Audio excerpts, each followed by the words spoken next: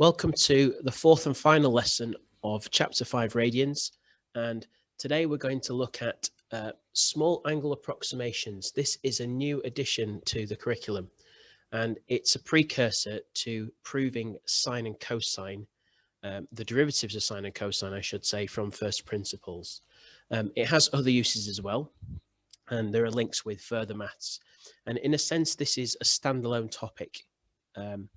In that it doesn't really relate to what we've done previously, and you will need to know a little bit about substituting into expressions, but hopefully it all will become clear once we get into the main substance of the lesson. Once again, your usual reference points are knowing about trig ratios, trig identities and equations, and you've got your identities for tan theta, which is sine over cos theta. That's an important one, and sine squared plus cos squared is identical to 1, which we've used extensively already. So please pause the video and have a go at the warm-up questions, please. Okay, fantastic. And let's have a look at the solutions. All right, so question 1, we're back to sectors, and we are given a diagram, center O, points A and B on the circumference, and we're told the reflex angle AOB. Oops, so let's just get the highlighter running. So the reflex angle AOB is 8 pi over 5 radians. Now, let's just have a look at what this means on the diagram. Reflex, keyword there, greater than 180. So the only angle which fits the bill, you've got a choice of 2, is clearly the large angle here. So we know this angle that they're talking about is, of course, 8 pi over 5 radians. All right. Okay, now our task is to find the acute angle AOB. So in other words, this angle here. Okay, so how do we find that angle? And this is the only thing we have to do in this question. Well, we need to know, we'll call this angle theta. The only thing we need to know really is that if you add up, or sum as I should say, all the angles in a circle, which is what we've created. So in other words, if I do 8 pi over 5 and I add theta to it, which I've just named, which is our acute angle, what should we get? Well, we know it's 360 degrees, but 360 degrees in radians is of course 2 pi. Okay, just as a recap from previously, 360 degrees is equal to 2 pi radians. Now, we just solve this equation for theta now. So theta is going to be 2 pi subtract 8 pi over 5. And it says in terms of pi. Now, you'll notice, just so we're clear, I might as well talk about this now. You've got pi in there as a common factor in both terms. So we've got 2 here, and we've got 8 over 5 there. And depending on how you want to think about it, this is the same as saying, well, it's pi multiplying 2 subtract 8 over 5. So as long as you can do 2 subtract 8 over 5, that's the amount of pi that you've got. Okay, so that would be 10 over 5 subtract 8 over 5. So you're going to have 2 pi over 5. All right. Now, when you're doing this, you know, quickly, when you're within some sort of calculation, it's a good idea just to forget that the pi is there and just say, well, it's 2 subtract 8/5, isn't it? All right. And then you can put the pi in and nobody's any the wiser. Okay. That's just a quick way of doing it. So I hope that's okay. Don't be put off by the fact pi is in there. It's just literally adding and subtracting fractions. Right. So we've got our acute angle theta. Okay, now number 2 on the right hand side is following on from this. So we now know that theta is equal to 2 pi over 5 radians. And we're also told that the area of the major sector, so that's the grey part, is 5 pi centimeters squared. So we also know this part is 5 pi centimeters squared. All this. So the question is, how do we find the radius of the circle? Well, we can use the formula for the area of the sector. Now, I didn't give it to you in this instance because we've done it a few times now. It's going to be, and it's the major sector. I'll just make a note of that. 1/2 r squared theta, and I'll just put maj there. Okay, let's differentiate between whether we're talking about the major theta or the minor theta. Okay, the major theta being 8 pi over 5. Okay, so I'll just make a note of that. So this is the major part, and this is going to be the minor angle. Now we're told this is equal to 5 pi centimeters squared.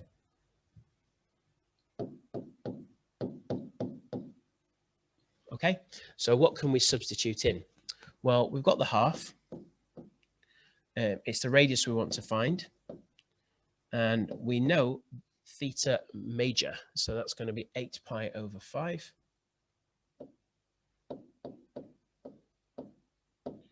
And all that's going to equal 5 pi.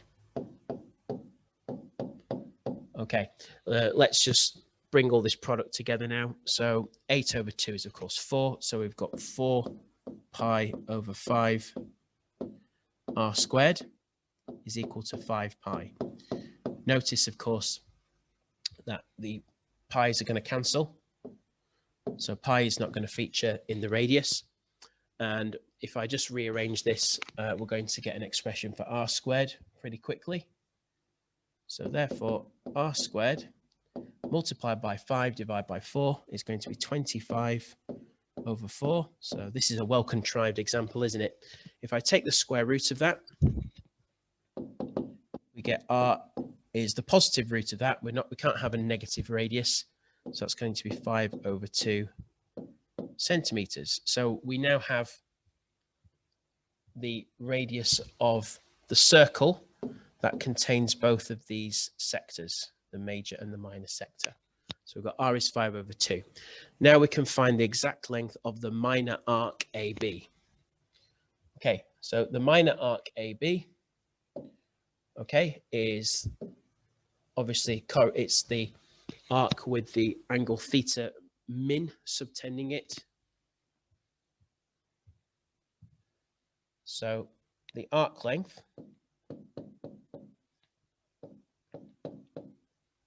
is just going to be r theta, isn't it? Okay, and we're using the small angle, so I'll call that theta min.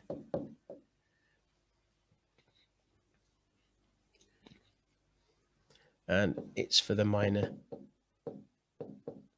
as well. Just make that clear. So this is going to be 5 over 2 for your radius multiplied by the small angle, which is 2 pi over 5. Oh, and this is really nice, isn't it? Look at the cancellation there. So this is just going to be pi centimeters. Okay, and we have the exact length of the minor arc. Okay, now moving on to question 3. As you can see, I've completed the table already, so we can just talk about it. There is a disclaimer in this question. So it says theta is measured in radians. Okay, now I'll explain to you how to set your calculator to radians in a moment. Okay, now you're going to need radians here because we've got to calculate the sine, the cosine, and the tan of these angles theta. Okay, and you're gonna give the answers to 3 significant figures, which I've done for you already, apart from one. I've made a mess of this one, but never mind. What we can see is hopefully some patterns emerging. Okay, now before we talk about the table, I'll just show you how to adjust your calculator. So if I just bring the calculator up over here, if you go to the setup, so if you press shift and just undo that, I need to click the mouse option. So shift and menu. Okay, no, it won't do that. So I need to go into 1 first. just click on option 1, then we do shift and setup. Okay, there are a number of options. Now, it's the second option we want because we want to change the angle unit. At the moment, my calculator is set to degrees. Okay, if you didn't see that, I'll just show you. How do you know your calculator is set to degrees? Well, just look carefully on the screen. Okay, it's the degree, sorry, I beg your pardon, it's the D. It won't let me write over the top of the calculator, unfortunately. It's the D next to that little square root symbol. Okay, that stands for degrees. So what we need to do is we need to change that angle unit. So I'll go back to the setup. So it's shift and setup. Select option 2, angle unit, and then you have degree, radian, or gradient. So you're going to select option 2 for radian, and then you'll notice that your calculator now has the R symbol, okay, instead of the degree symbol. So all trig values will be calculated for angles in radians this time. And just to check it, in fact, let me just do a couple just to show you. If we take the sine of, for example, 0.1, which is in this table, you should get 0.0998, which is what I've got there. If you do it wrong, of course, if you take the sine and you don't adjust, excuse me, and you don't change it from degrees to radians, you'll just simply get the wrong answers. Okay, there's no two ways about it. So please make sure if you're talking about radians, you're doing your question in radians, you set your calculator to radians. Okay, and it just explains it a little bit here as well. Option 2, radians. Okay, right. So let's talk about this table now that a bit of housekeeping's been done. What's going on? Well, we've got some patterns emerging. If you'll notice, look at the rows. Can you see any rows that might be quite similar to each other? Well, what's interesting is if I just get this highlighter going, and let's see if we can match some of these up. So it looks as though if I take the cos theta row here, okay, now it almost perfectly matches this row here. All right, so apart from when, as we move further along the table from left to right, it gets a little bit out. So it seems that as I'm moving further away from probably 0.1 at least, as I'm moving further away from that, it seems like the values are starting to diverge a little bit. But those two rows look very similar. Now, is there anything else that looks pretty similar? Well, sometimes this gets overlooked. I'm just going to show you. You may not have noticed this. If you look at the sine row here, okay, now if you just sort of round up to 1 decimal place, what happens? Well, it looks awfully similar to this row, doesn't it? Again, if I round the first sine value to 1 decimal place, that's 0.1, then 0.3, then 0.6, and it only starts to falter in this final column. So this final column is a little bit sketchy, isn't it? Okay, but the other 3 columns look pretty good. Another thing you might have noticed, now I've drawn your attention to that, is that the tan row, which is here, okay, I've highlighted that in green, also looks very similar to the top row, theta, okay, except for the final column. Okay, so it's the final column that seems to be the issue. So it might be this that we need to discount. All right, but we'll talk about why later on. Okay, so that's the dubious column. Now, has everything been matched up? Well, it looks like it. So it seems that we've got some similarities. All will be revealed shortly. Let's move on to question 4. Now, this is a simple expression, a function. 1 plus theta subtract theta squared over 2. All we have to do is replace theta with 4 theta. Okay, this is done usually quite badly in exam papers, so I want you to pay particular attention to this, and we'll write it out really carefully. So I'm going to write out the function again. 1 plus theta subtract theta squared over 2, and theta can be any real number. Now, wherever I see a theta, of course, I'm going to replace this theta now with 4 theta. Okay, I'm sorry if this seems obvious, but there's so many mistakes made on these questions. I just want to make a fuss about it. So I'm going to replace the theta with 4 theta. Okay, and this is going to equal 1 plus, now again, I'm going to replace the theta with 4 theta. And this is the bit where the mistakes creep in. We've got theta squared, so I've got to subtract theta squared over 2. Now, I'm replacing theta with 4 theta, so I've got to square the whole of 4 theta, haven't I? And then divide that by 2. And let's expand and simplify where possible. I don't think there's any simplification going to be needed, perhaps a little bit. So that's going to be 1 plus 4 theta. Okay, subtract, square all that, 16 theta squared over 2. And there's a bit of cancellation. So this is going to be 1 plus 4 theta subtract 8 theta squared. Okay. So that's all you need to remember for this. Okay. Now we're going to have a look at something a little bit different, and you're going to be using all these skills over the next few minutes. Right. So we have a Geogebra document open here, and what I want you to do is just look at the graph. Okay. The scale is 1 to 1. All right. So that shouldn't be an issue. Just have a think. What function are we looking at? Just ask yourself, what do you think we're looking at here? Now, if I just scroll out a little bit, so let's just work our way out. Just going to drag it to the center again. You probably thought you were looking at y equals x. I hope I was right in thinking that. Now we're actually looking at y equals sine x. Okay, it's the sine wave, and the x-axis is in radians.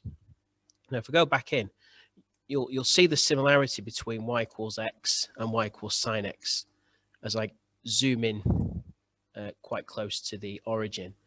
Now what I will do, I'm going to superimpose the graph of y equals x over the top. Like that. This is the purple line now. Okay, they are almost indistinguishable, and if I zoom in even further, you'll see that they completely coincide. Now if I go back out, they obviously diverge. They are not similar for large values of x, be it in the positive direction or in the negative direction. So this is quite telling. But for small values of x, when we're honing in on the origin here, there's virtually no difference, okay, between sine x or x. And we have a similar story. If I just remove the sine graph for a second, the sine graph's gone, I'm going to superimpose another graph over the top and have a think what this one might be. Okay, so there's a blue line.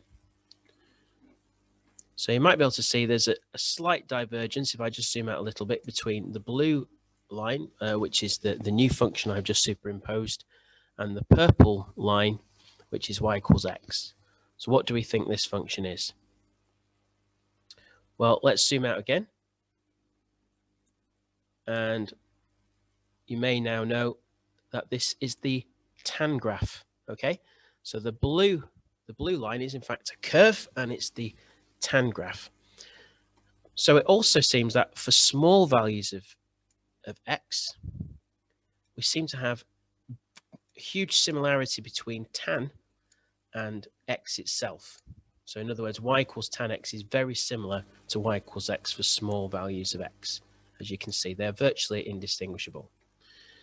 Okay, now I'm going to remove both of these now. And we're going to put on a new function.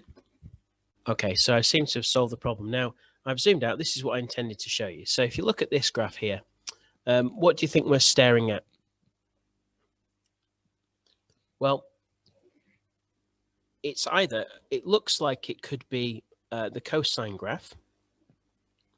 However, the x-intercepts look a bit out, okay? And I'll show you. Where should the x-intercepts be? Well, they should be at negative pi over 2 and pi over 2. So it can't be the cosine graph, all right? There's a slight discrepancy there, isn't there? So it's not quite the cosine graph. And I'll just show you where those intercepts should be. It should be here and here. So what is it that we're looking at? Well, this is in fact a quadratic, okay? And the equation of the quadratic, which I'll just write on. So the question is, what graph did you think you were looking at? So we've established it can't be the cosine graph. Well, I can now reveal the cosine graph. Okay, there it is. Now, if you look carefully at very, very, very small values of x, so we're talking about a domain around here, you can see the curves coincide. Okay, there's very, very little difference between the two curves for small values of x. Okay, maybe I was being a little bit stingy with that. So it looks pretty accurate all the way up to there, and then they start to separate. So what we have is we have these useful approximations for the three trig ratios, and we can actually use these. They're actually very, very useful, particularly when we move on to the calculus work later. Now we've seen the GeoGebra demo, what you have in front of you is just a summary in your notes of what we've just looked at. So from left to right, as you can see, it's a flow chart. Each image just zooms out of the graph from the small x values to reveal the trig function. Okay, so if you look at the first row, it looks like it's going to be y equals x. Then we see some slight curvature in the top left and the top right and the bottom left. And then we can see that it's slowly revealing the sine curve. And in the example below the flowchart, it looks like we're starting off at y equals 1, perhaps. Okay, the second image looks like it could be a quadratic. The third image still looks like a quadratic, and we established that the roots were not in the correct place for it to be the cosine graph, okay, on the quadratic that we reveal. And then the final image is, of course, the cosine curve. All right, so the idea behind this is these are the actual trig functions. There's no overlays with y equals x or y equals 1 subtract x squared over 2. But you can see in the first image that they are very, very similar. In this case, the first image, this looks like y equals x. Okay, there's no disputing that at all. And in the first image here, this looks like it could be y equals 1. Okay, by the time we get to here, this still looks like it could be a quadratic. Okay, and it looks like a quadratic here too. Now, if you're thinking about quadratics, if you wanted to design a quadratic based on this diagram, you'd know it would have to have a maximum, and it would have to have a maximum value of 1. So it would be 1 subtract some coefficient multiplying x squared, simply because we don't know where the roots are. Okay, and then finally, in the final reveal is, of course, the cosine curve. Now, we've shown in the warm-up with those tables that we do have some direct similarities. Now, let's see what those similarities are. So I've just scrolling down a little bit. Now you can see here, just clear as well the annotations. Sine theta, you can read through that in your own time. Sine theta, we can say for small. Oops. Okay, so for small angles, for small values of theta, sine theta is approximately the same as theta.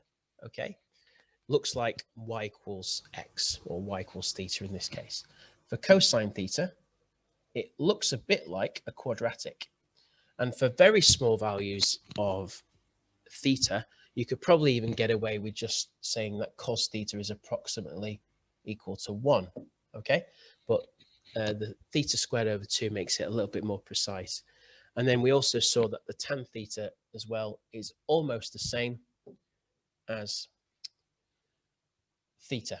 Again, it behaves in the same way as the sine curve does for small values of x. So if we just put some sort of domain on here of acceptance, it's not, there's no strict domain for this, but we can see that for values of x along here, it looks pretty accurate. So that's small values of x, negative and positive.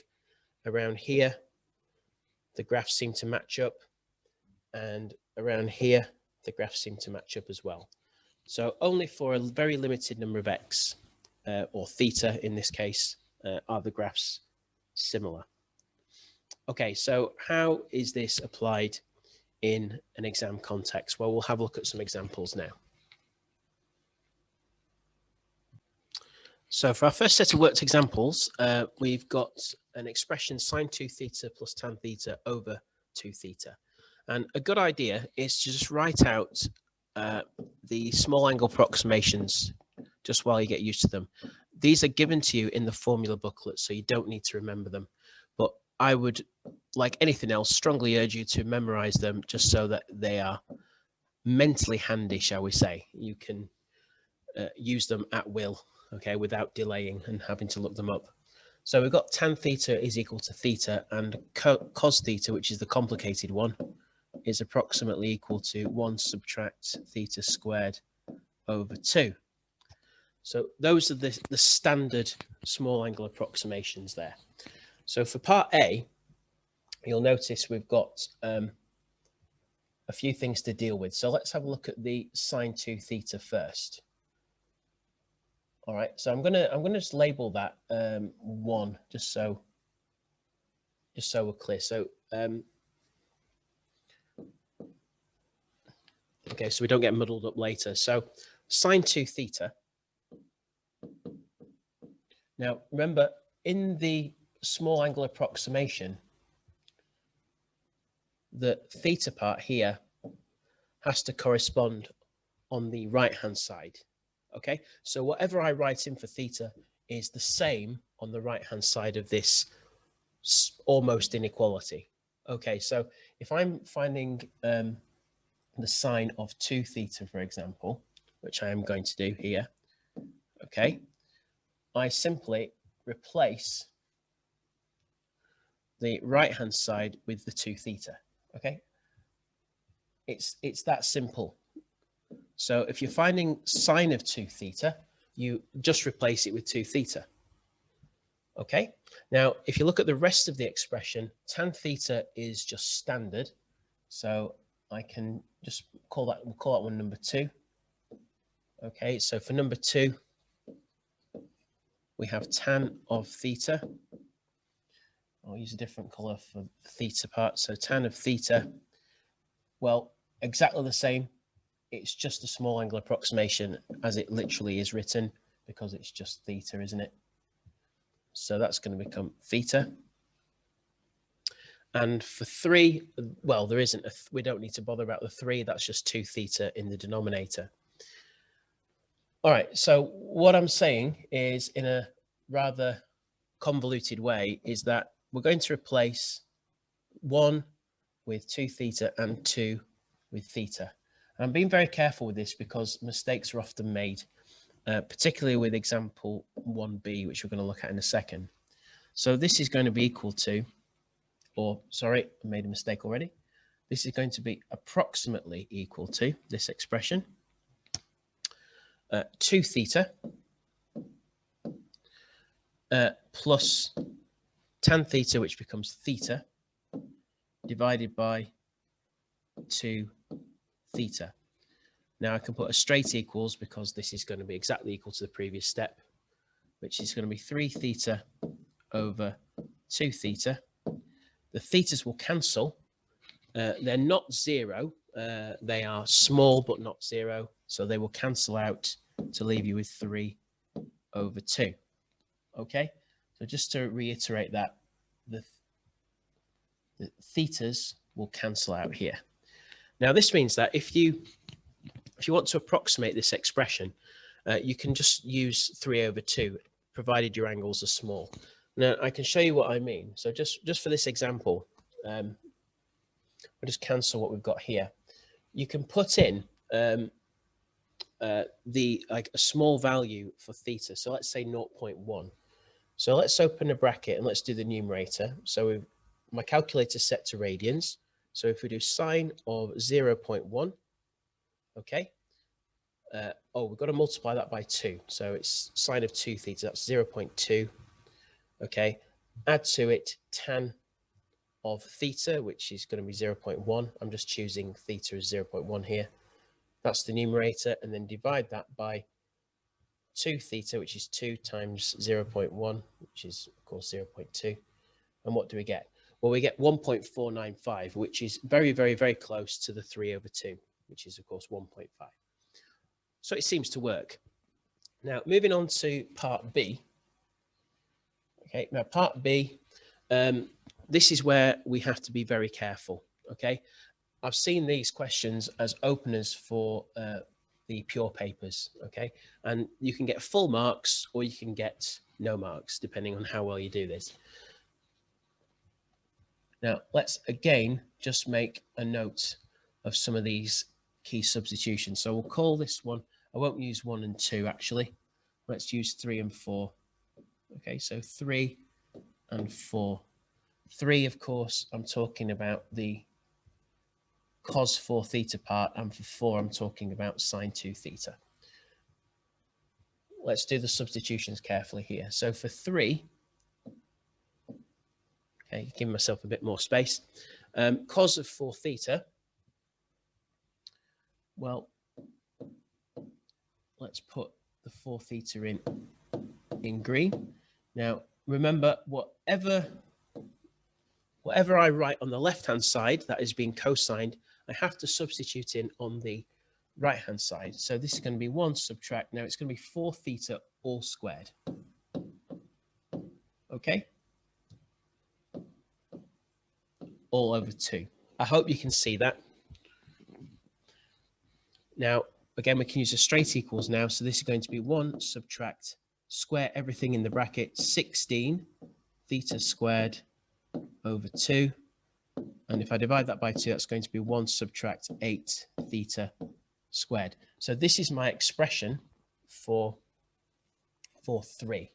Okay, that's done. Now for 4, we've already done 4, but I'm going to just state it again just for clarity. So 4, we have sine of 2 theta is, of course, approximately equal to the same thing, 2 theta. Okay, so for my 3, I'm going to replace 3 with this expression here that I've tidied up. Okay, and for 4, I'm going to replace it with the 2 theta. So we can now rewrite the expression now using an approximation. So I'm just going to divide my page up. And I'm going to say this is approximately equal to, this is where you've got to be careful, 1 subtract.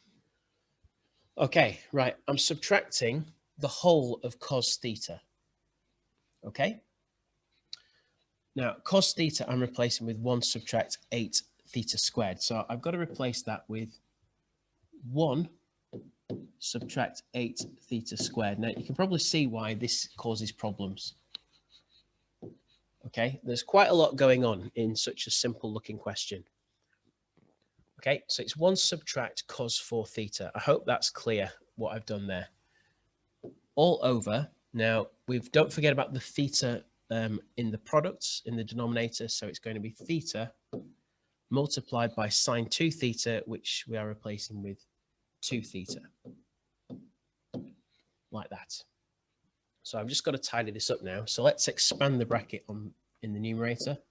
1 subtract 1. There's a double negative there. Again, I'm just going to highlight that because that's important. Double negative there, so that's going to be plus.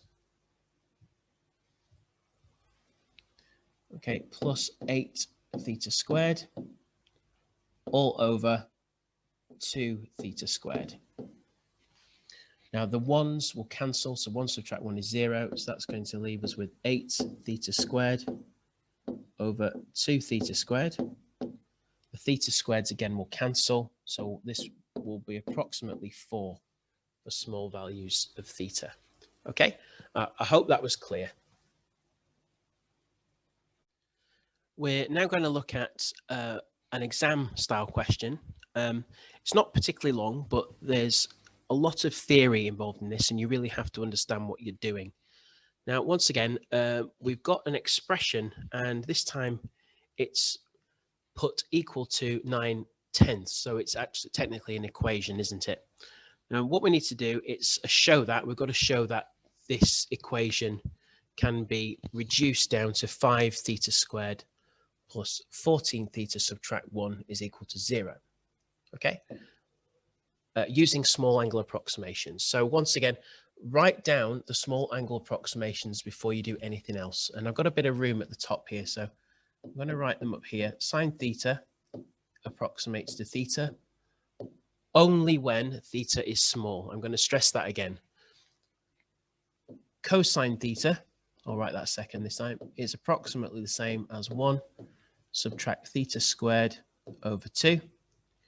And tan theta is approximately the same as theta, again, when theta is small. So let's have a look what we've got here. Well, cos theta, we're going to break this up into steps. So we're going to do cos theta, that's a literal substitute in 1 subtract theta squared over 2. So that's fine. For the next step, we're going to look at sine of theta over 5. That's going to be step 2. And then the tan of 2 theta will be step 3. Okay. And I'm going to do it in sections, and then we can put it all together. All right. Now I'm going to use this space here because we've got plenty of room. So for 1, cos theta, well, let's just write it out. Cos of theta is a literal just rewrite the small angle approximation here. So we just replace that with theta, don't we? Okay. No, we don't. I'm not concentrating. It's been a long day. Cos theta, we replace it with 1 subtract theta squared over 2. Okay, that's the first one. So that's going to be what the first term in that equation is replaced with. You wouldn't want to solve that equation unless unless theta was small. Definitely not. Number 2, hopefully theta will be small. We'll find out. We have sine of theta over 5. Okay, so in this case, sine, and remember we're replacing theta with theta over 5, which has to be substituted in on the right hand side, and it's going to just be theta over 5, isn't it? We replace theta with theta over 5 on both the left and the right. Okay, and for tan of 2 theta, again, it's a straight swap, which is nice. So tan of what is 2 theta is going to be replaced with 2 theta. I hope that's clear, ladies and gentlemen. Okay, so I hope I've made myself clear with that. I like to do them separately and then we'll put the pieces together. Right. So again, let's put everything together. So part 1, I'm going to replace the cos theta with 1 subtract theta squared over 2. So I'm going to put that in first. So 1 subtract theta squared over 2. And then I've got to add 3 lots of sine theta over 5. Okay. So I've got 3 lots of this. And I'm replacing that with 3 lots of theta over 5. Okay. And it's a show that. So if we do make any mistakes, we can go back and check it. Okay. And then we subtract tan 2 theta. Now, of course, the tan 2 theta has been replaced here with the 2 theta here. So I just have to subtract 2 theta. Okay. So it's just going to be subtract 2 theta. I'll put the substitution in red. Okay, and all of that apparently is equal to 9/10. So that's good. So if we've done this correctly, this should work. All right, so we've got 2 and 5 in the denominator. If we multiply everything by 10, that should clear all fractions, shouldn't it? So I'm going to times every single term in this equation by 10. We'll clear every single denominator. I'm sure you knew that already. So if I do 10, subtract, so that's going to be 5 theta squared. In the third term, multiply that by 10. So that's going to be plus 6 theta. Subtract 10 lots of 2 theta. That's going to be 20 theta is going to equal 9. Now, we've got the 5 theta squared. Let's collect like terms now. So we've got minus 5 theta squared, and we've got positive 6 theta subtract 20 theta, so that's negative 14 theta. Okay, and then we've got plus 10, and then I'm going to subtract 9 from both sides, so that's going to be plus 1 equals 0. Now everything is fine except for the sign, so I can multiply everything by -1, or alternatively add the opposite sign of each of these terms to basically put everything on the right hand side, if you like, however you want to think about it. So 5 theta squared, just change all the signs, add 14 theta, subtract 1 is equal to 0, and we seem to have verified this. Now you may have noticed that my answer that I put is equal to 0. Now this is where I've made an error, and I should have concentrated a bit more clearly, but I'll just draw your attention to it in case you haven't spotted it. In step 1 here, I'm making small angle approximations. Okay. Now this means that this equivalence cannot hold. This cannot be equal anymore. So what I should have done is in each of these steps, I should have replaced the equal sign with an approximation, approximately equal. So I'm going to just do that now. So we don't have a mistake in your notes. So I'm sorry about that. So this is approximately equal, approximately, and then I've lost my 1 there. So that's okay. I hope that's okay. Just slipped my mind there. So this is part A done. Now, they've solved the equation for us. You can do that yourself using your calculator, just putting in the A, B, and C if you really want to. It's completely up to you. So the A, B, and C. Now we get 2 solutions. So in other words, the only way to solve this quadratic, so for part B, would be if theta was equal to 0.070 or theta was equal to -2.870. Now remember what we did. The only reason we're using this quadratic is because we want to make a small angle approximation. The small angle approximation is only valid when theta is small. Now, if you look at the 2 values of theta we've got here, this one looks a bit too far from 0. Okay, that is not a small angle. Okay, minus 2.87 is not small.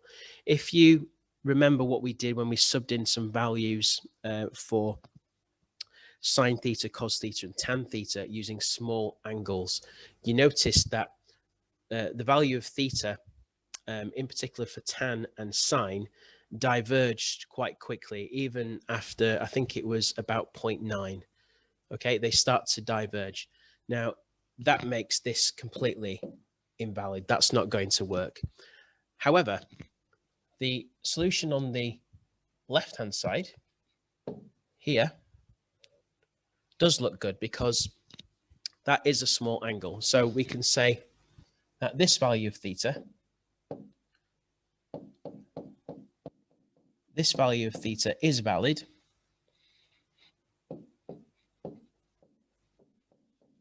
is valid simply because theta is small.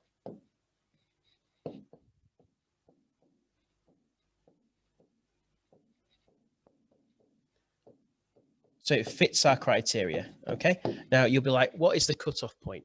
Okay. I think it'll be pretty obvious what a small value of theta is. I think anything less than 0.9, as we saw, would probably be okay. But it will be pretty clear in the question what the small value is. Okay. So that's a little bit of problem solving using small angle approximations. And for our final example and the final lesson of this chapter, we are given a small angle approximation of 5 subtract theta squared for this expression on the left, okay, which has cosines in it, which is the awkward one, isn't it? Now, if we just again write out the cosine small angle approximation, I'll do it up here just so we've got plenty of space. Remember, cos theta is approximately equal to 1 subtract theta squared over 2. Okay, and how do we show that this is true? Well, if we look, we can again split this up into probably 2 sections. We'll call this part 1 here, where the cos theta is. Okay, and then we have a cos squared here. All right. Now then, let's just have a little look at this. The cos theta, I can literally just call this one part 1 because it's a direct substitution. Now for cos squared, it's going to be a little bit tricky. Okay, so we can do it here. You've got a bit more space, so I encourage you to use the space below, but there's quite a lot going on in this question. All right, so for cos squared theta, what I'm going to have to do is I'm going to have to square this expression on the right. Okay, now to save time, of course, I'm just going to write the bracket out twice, like so, because this is a show that. Now, you'll be thinking now, well, hang on a minute, if I expand these 2 brackets, so I multiply them together, I'm going to get theta to the power 4. Well, I'll explain that in a minute. Let's just go through the steps. So this is going to be straight equal to 1. Okay, and then we're going to have 2 lots of theta squared over 2 subtracted. So that's going to be 1 subtract theta squared. Okay, plus theta to the power 4 over 4. Okay, that's when we square the cos theta small angle approximation. Right. So what's going on here? Why does our answer that we're given here have no theta to the power 4 in it? Well, there's a simple answer to this. Because we are talking about small angles, okay, so for example, if we say let theta equal to 0.1, now you'll know from experience, if you raise that number to the power 4, okay, which we can do, use your calculator if you like. Let's drag this over so we're not in the way. So if I say, okay, let's raise this to the power 4. So 0.1 to the power 4,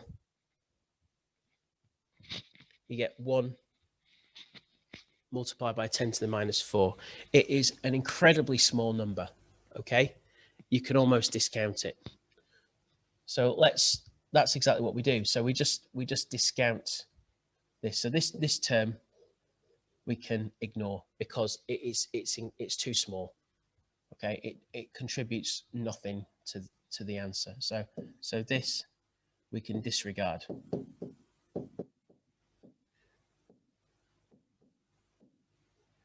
Okay. So what we can say now is, just to put these steps together, is that this quadratic on the left, I can now write as follows. So for part A, we can say 1 added to 6, which is being replaced by cos theta, which is getting a bit lost up at the top with all this stuff going on, which I just replace with the standard small angle approximation. So let's put that in brackets. So it's going to be 1 subtract theta squared over 2. And we close that. Okay. And then we subtract 2 lots of cos squared. Okay. Sometimes as well, I'll show you what I mean. If you have power 4 or power 5 and you're just going to ignore it because it's too small, you can write it as an order 4. You can have plus order 4, and just to imply that there's a power 4 that we're going to ignore, perhaps power 5, power 6, and so on and so on, but we're just going to ignore them, okay, because they're irrelevant. So that's one way you can do it. You can write it as order 4 or O4 in brackets, but anyway, you don't need to worry about that. So we can replace the cos squared with 1 subtract theta squared. Okay, so that's 1 subtract theta squared. And we'll close that. Okay, and we'll just make a note here that theta to the power 4 disregarded.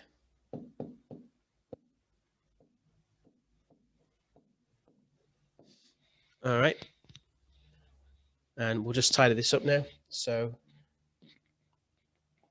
this is a small angle approximation, so it's approximately equal to that, which is equal to 1 added to 6, subtract 6 multiplied by that, which is 3 theta squared,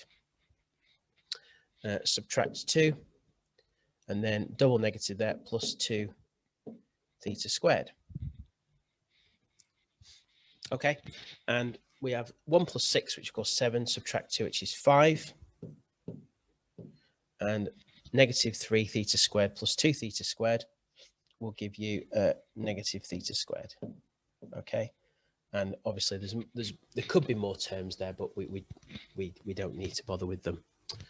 So I think we've shown that. That's pretty good. So it looks good. Now we've got a scenario here. So Joseph uses theta equals 2 degrees here. Well done, Joseph. Might have seen the mistake already. He puts it into his calculator and he gets 4.999 to 3 decimal places. That's the exact answer he claims. Okay, or it's the non-approximated answer. It's rounded to 3 decimal places. Using the approximation, he gets a totally different answer. Okay, so he's now claiming, because his answer is completely different, he's gone from 4.99 to 1, that this inequality does not hold, okay, for theta equals 2 degrees. Well, I'm hoping you've spotted the mistake. What has he done? Well, he's used degrees instead of radians. Okay, that's the only mistake he's made. So what we can do is we can show that this is actually going to be a good approximation if he uses the correct well, he uses radians. Sorry, I'm getting very tired. It's been a long day. So let's just state that, and then we're pretty much done. So for part B, Joseph has used an angle measured, which is what I meant to say before, measured in degrees instead of radians.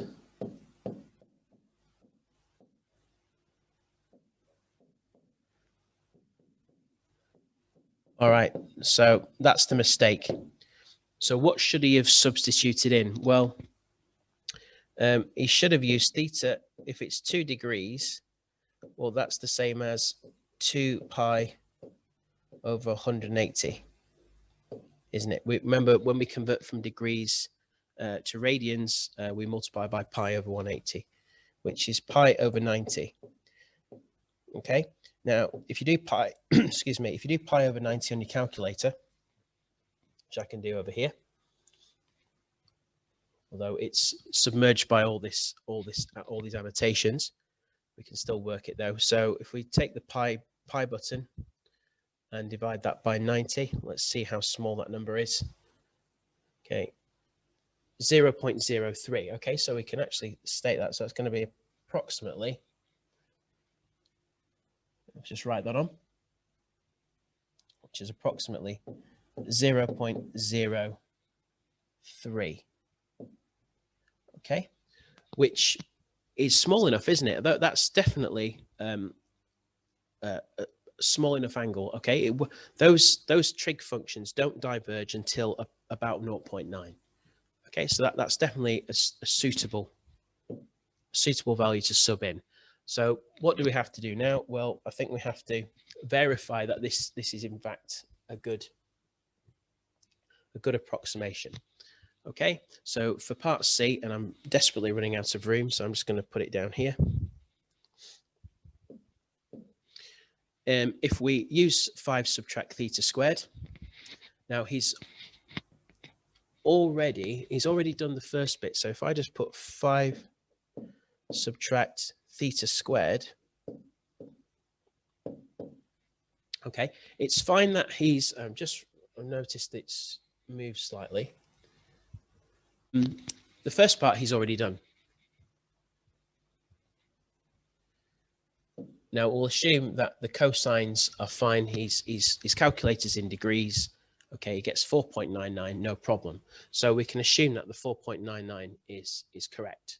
Okay, it's the approximation that's wrong because he should have used radians.